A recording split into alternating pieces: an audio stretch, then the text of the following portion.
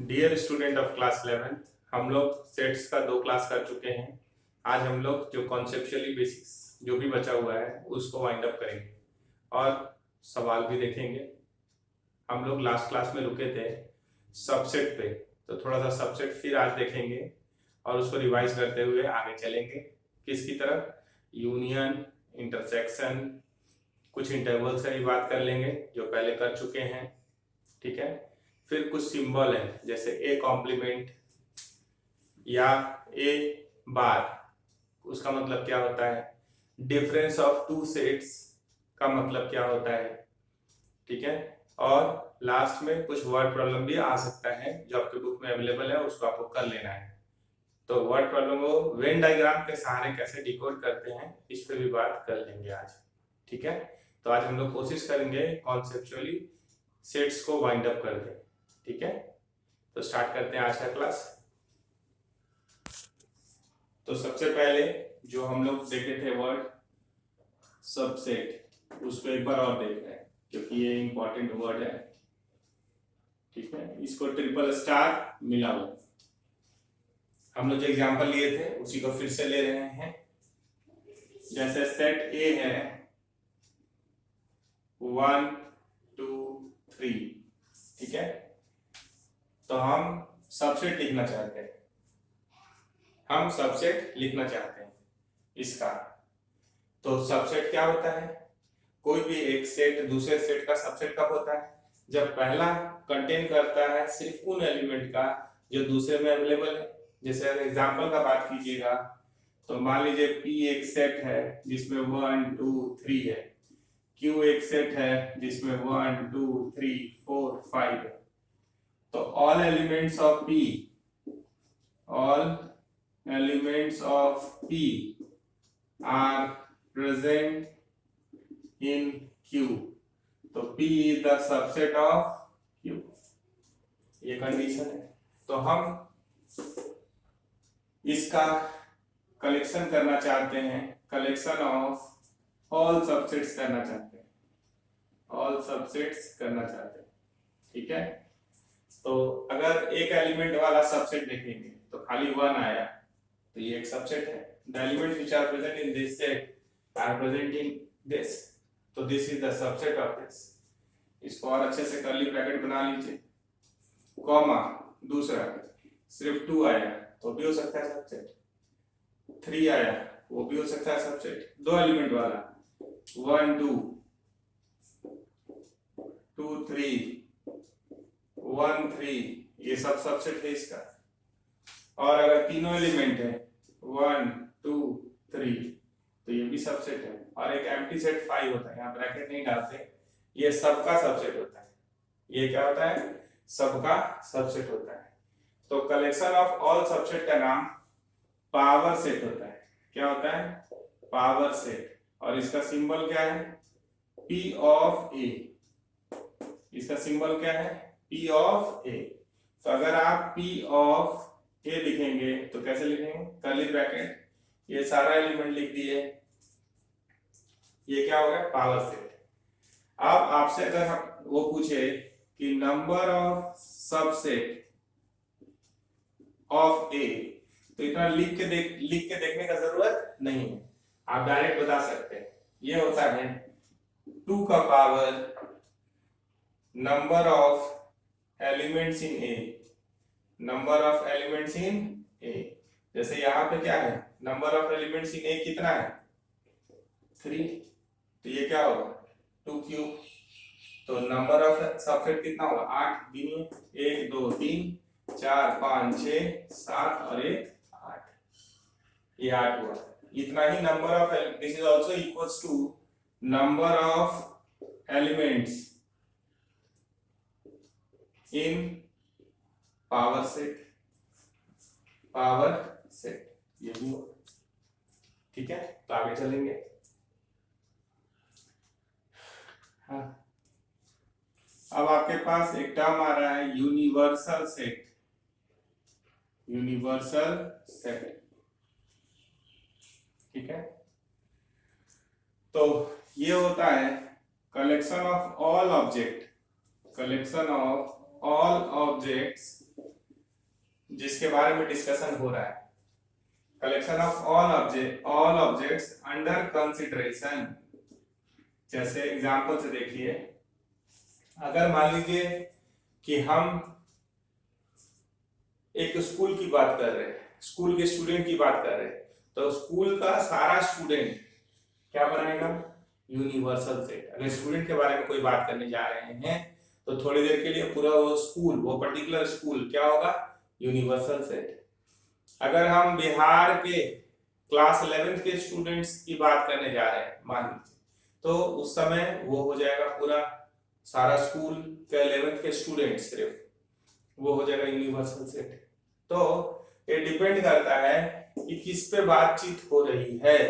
जैसे मान लीजिए अगर एक फैमिली का ही बात करें, उन्हीं के लोगों के बारे में बात करें, तो फैमिली ही हो जाएगा उस समय के लिए यूनिवर्सल सेट जिसका डिस्कशन हो रहा है। ठीक है। अगर आप वेन डायग्राम, एक शब्द है वेन डायग्राम, क्या है? वेन डायग्राम, ध्यान दीजिएगा। तो यूनिवर्सल सेट को we represent universal set with a rectangle,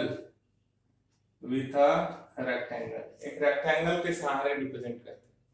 जैसे मान लीजिए कि यूनिवर्सल सेट हम लिखे 1 मिनट के लिए, इसके अंदर है 1 2 3 4 5 6 7 8 9 10।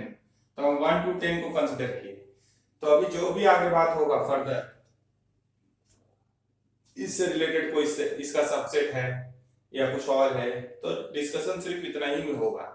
जैसे मान लीजिए इसका सबसेट ए है, जिसके पास आया 1 2 3 4, इसी यूनिवर्सल सेट का एक सबसेट है, इसी यूनिवर्सल सेट का सबसेट है मान लीजिए 4 5 6 7 हुआ। ठीक है। तो जो ये लाइन लिखे हैं आप, इसी में एक लाइन और लिख रहे हैं कि हम लोग सबसेट को, यूनिवर्सल सेट के सबसेट को सर्कल से रिप्रेजेंट करते हैं। किससे रिप्रेजेंट करते हैं? सर्कल से। तो डायरेक्ट यही लिखते हैं।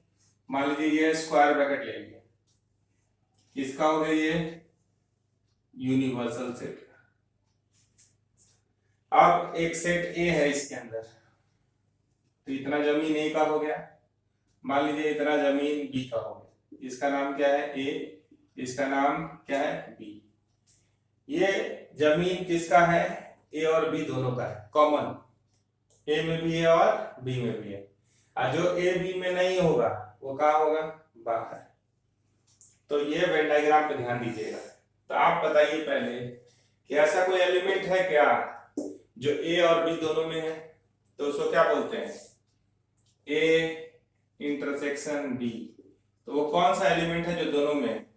4 4, और तो कोई नहीं है। तो इंटरसेक्शन में क्या आया? 4। तो ये जो जमीन जो दोनों का है, यहाँ पे क्या लिखेंगे? 4। ये एलिमेंट ए इंटरसेक्शन बी में प्रेजेंट है। ठीक है। अब ए में क्या है? 1 2 3 4। तो 1 2 3 पे सिर्फ किसका अधिकार है? 1 2 3 पे किसका अधिकार है? सिर्फ ए का। तो एक सिंबल ला रहे हैं ए माइनस बी, इसको बोलते हैं elements present in A only सिर्फ ए में हो। अगर दो ही सेट का बात किए हैं तो ए वनली, या ए से उनको हटाइए इसी में, that is remove element in A intersection B from A।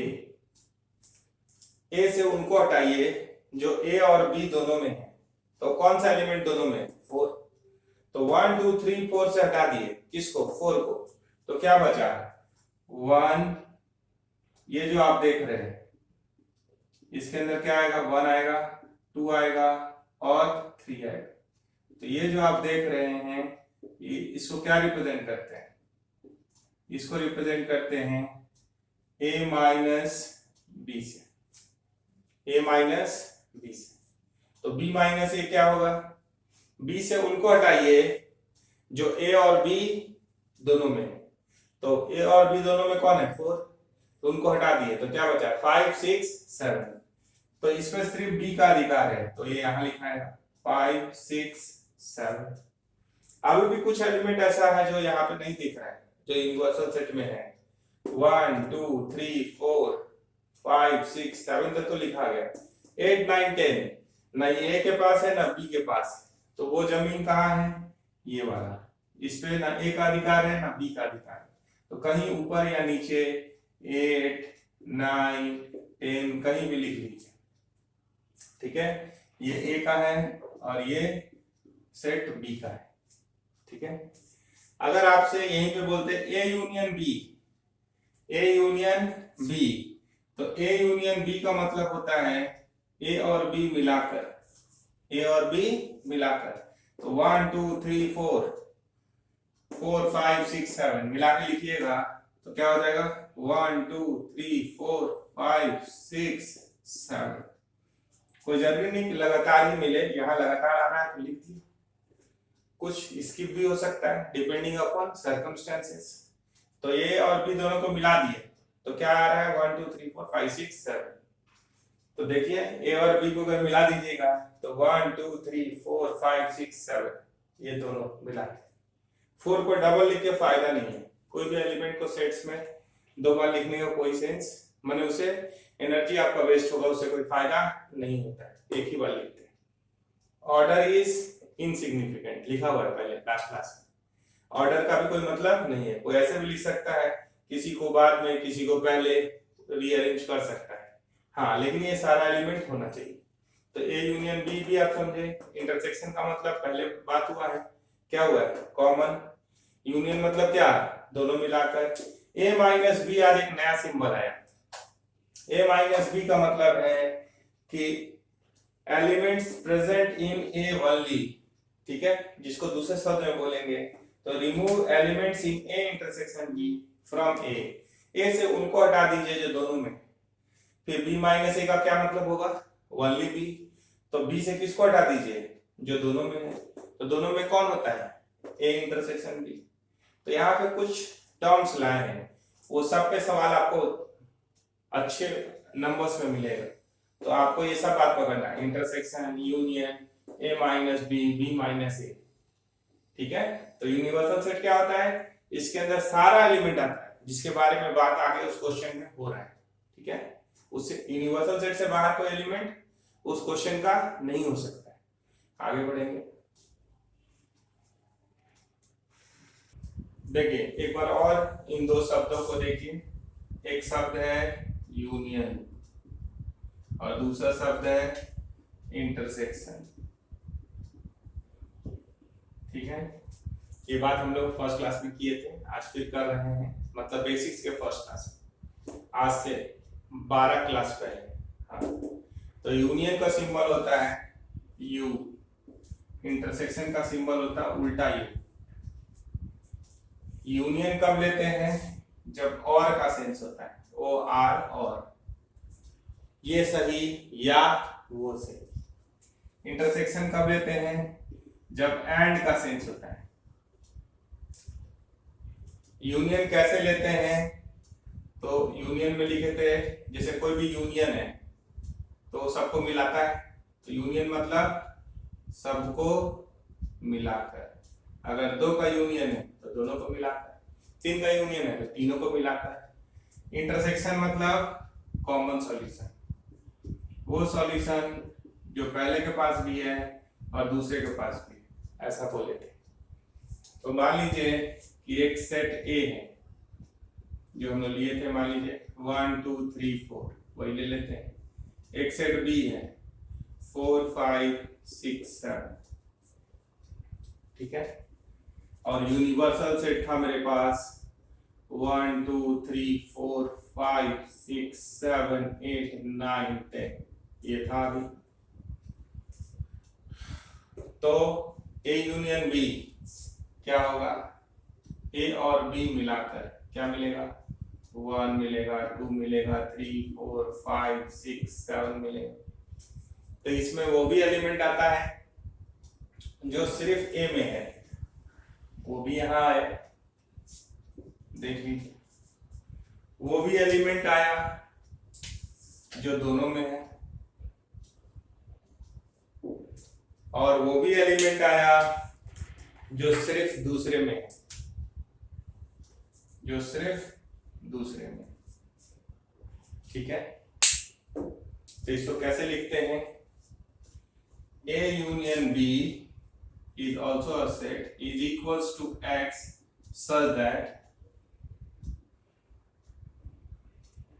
x belongs to A और x belongs to B। ठीक है, या तो A में आया या B में आया।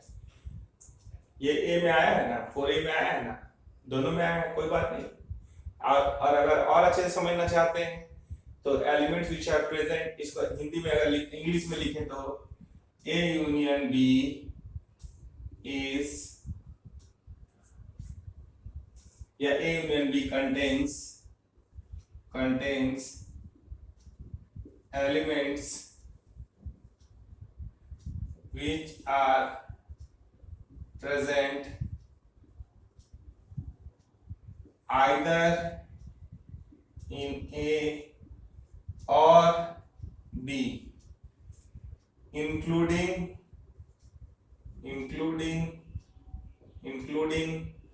elements present in both A में है या B में है। इसका ये भी मतलब है कि 4 A में है ना, तो आया 4, ठीक से देखे तो दोनों में, ठीक है। ये सिर्फ ए में है, वो भी यहाँ आएगा। 5 है 7 1 2 3 सिर्फ ए में है, वो भी आया। 5 है 7 सिर्फ बी में है, वो भी यहाँ आया। और जो दोनों में है वो भी आया, ठीक है। जबकि इंटरसेक्शन का बात करेंगे तो क्या आएगा, ए इंटरसेक्शन बी में सिर्फ 4 आएगा। सिर्फ क्या आएगा, 4, which are present in both. तो A intersection B is equals to x such that x belongs to A and x belongs to B। ऐसा एलिमेंट जो A में भी है and B में भी है, ठीक है। अगर हम आपसे एक और सिंपल का बात करें यहीं पे, ठीक है, A कॉम्प्लीमेंट, किसका बात करें, A कॉम्प्लीमेंट, तो लेके आ रहे हैं, पहले इसको मिटाएंगे, ठीक है, इसको पहले मिटाएंगे। तो एक बार और देख लीजिए, यूनिवर्सल सेट में हमारे पास है 1 2 3 4 5। देखिए यहाँ पे सिंबल यू यूज कर लेते हैं, लेकिन यू यूनियन के लिए भी यूज कर, तो थोड़ा सा इसको यू डैश या थोड़ा सा डिफरेंट करते हैं, ठीक है। यूजुअली हम लोग कैपिटल से ही रिप्रेजेंट करते हैं सेट्स को, तो बड़ा लिखे हैं, लेकिन थोड़ा सा यहाँ पे यू को चेंज किए हैं, ठीक है, क्योंकि यू किसके लिए आप यूज कर रहे हैं, यूनिवर्सल सेट के लिए, और यूनियन के लिए भी यूज कर रहे हैं। तो यूनियन वाला यू को यू छोड़ दिए, यूनिवर्सल सेट में थोड़ा सा इसको ऐसे लिखे, या यू डैश कर लीजिए, मान लीजिए यही है, कोई कंफ्यूजन ना। 5 6 7 8 9 10 लिए थे आप यू डैश में।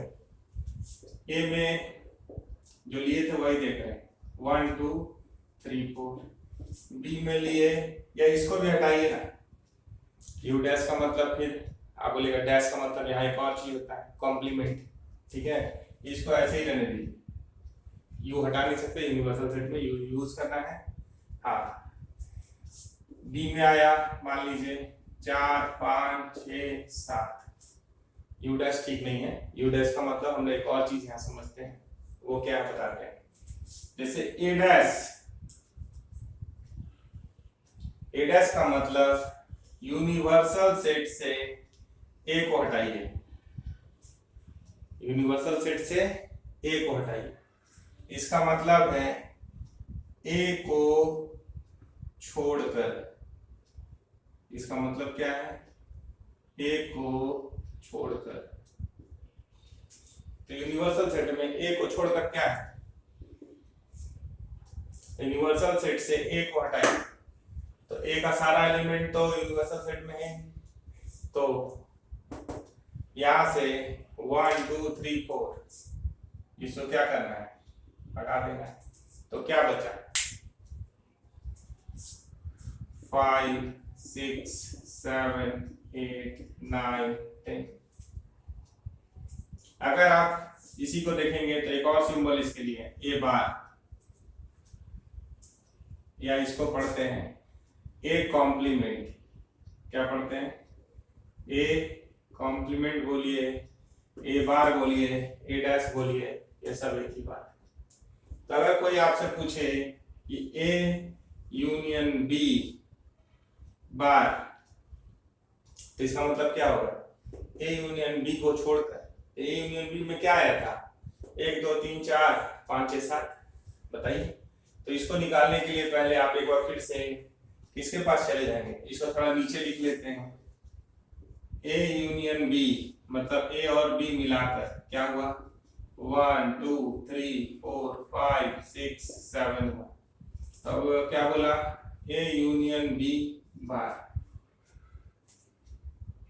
तो ये क्या बन गया, इसको छोड़कर तो क्या है वहां, 1 2 3 4 5 6 7 छोड़ दिए। तो यूनिवर्सल सेट से आप किसको हटाइए, ए यूनियन बी को हटाइए। तो क्या बचेगा, 7 तक यहाँ है लगातार। तो क्या बचा, 8 9 10, ये हो। अगर कोई बोलेगा ए इंटरसेक्शन बी बार, तो आप बताइए ए इंटरसेक्शन बी में क्या है, ए इंटरसेक्शन बी वो एलिमेंट जो ए और बी दोनों के पास, वो कौन है, 4। तो ए इंटरसेक्शन बी बार मतलब ए इंटरसेक्शन बी को छोड़कर, यानी यूनिवर्सल सेट से आप ए इंटरसेक्शन बी हटाइए। तो क्या बचा, 1 2 3 4 को हटा दिए, 5 6 7 8 9 10। तो आप देखें ए माइनस बी देखें, आप बी ए माइनस बी थोड़ी देर पहले देखें, 1 मिनट के लिए बी माइनस ए बोले, तो बी माइनस ए का मतलब क्या होगा, बी से किसको हटाइए, इसका एक्चुअल मतलब क्या है, बी से उनको हटाइए जो ए और बी दोनों में है। बी से उनको हटाइए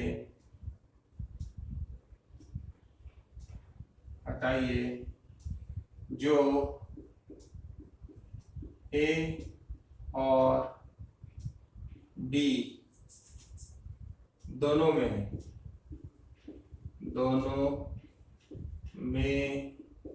है, तो इसका मतलब क्या,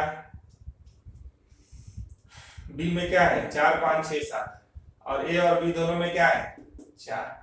तो 4 को हटा दीजिए। तो यहाँ क्या बचा, 5 6 7। तो ये सारा टर्म जो भी वहां पे था उसको हम लोग कंक्लूड कर दिए, और कुछ बात करते हैं इसको मिटा कर, ठीक है, आगे चलेंगे। एक टर्म आता है डिसजॉइंट सेट या disjoint sets।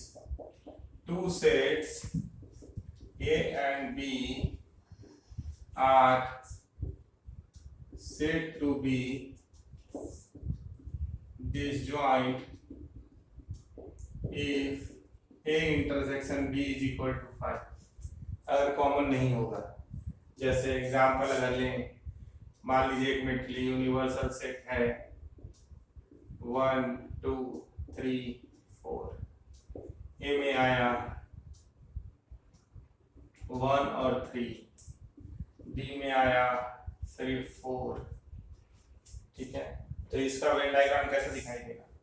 यूनिवर्सल सेट को रेक्टेंगल से रिप्रेजेंट करते हैं, ए और बी में कुछ भी कॉमन नहीं है। ठीक है, तो हम लोग अगर ऐसे भी बनाएंगे, मान लीजिए ऐसे भी बनाएंगे, तो यहाँ कोई एलिमेंट ए इंटरसेक्शन बी देख रहे हैं, तो क्या मिला 5। तो ऐसे अगर बनाए भी तो इसको फिर यहाँ कुछ मिलना नहीं है, तो एक्चुअल सिचुएशन क्या है? ये ऐसे नहीं बन के कैसे बनेगा? ये ए है और ये बी है, अलग अलग। यहाँ कौन आएगा? 1 और 3। यहाँ कौन आएगा? 4। कौन सा एलिमेंट छूट गया? 2, तो कहीं बाहर, ऊपर या नीचे। ये क्या है? Universal set. ठीक है, तो ये क्या, इसको क्या बोलते हैं? Venn diagram. इसको क्या बोलते हैं? Venn diagram. ठीक है, तो ये बहुत काम करती है। इससे क्या कर सकते हैं उस पर बात करेंगे।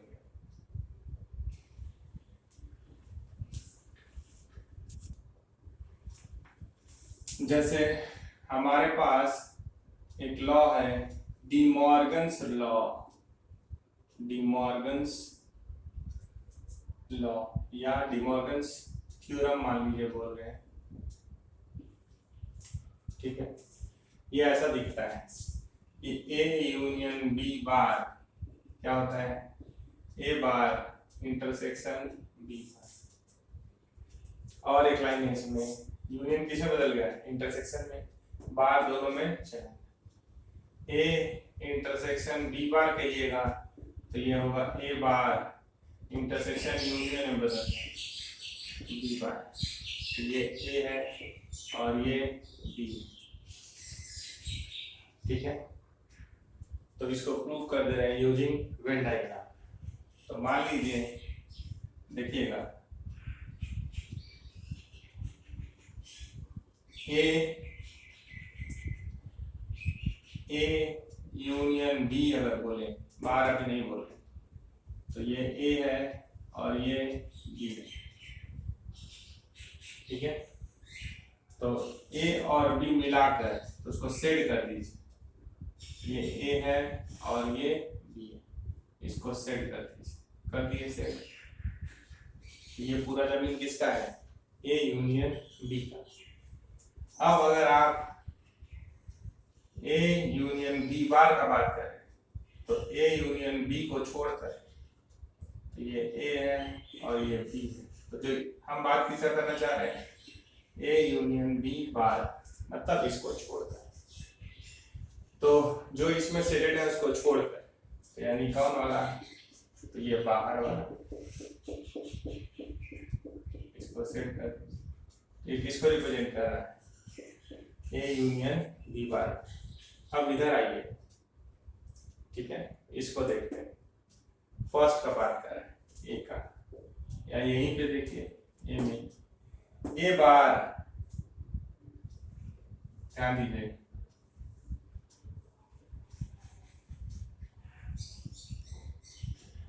ए बार।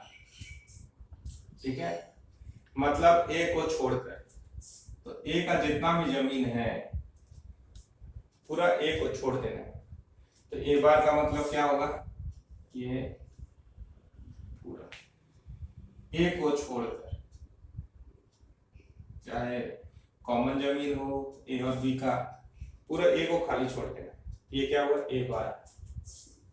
और अगर आपसे बोले बी बार, ये ए था ये बी था, तो बी बार का मतलब बी को छोड़कर, बी का कोई भी पार्ट में नहीं जाना बाकी, तो ये हो।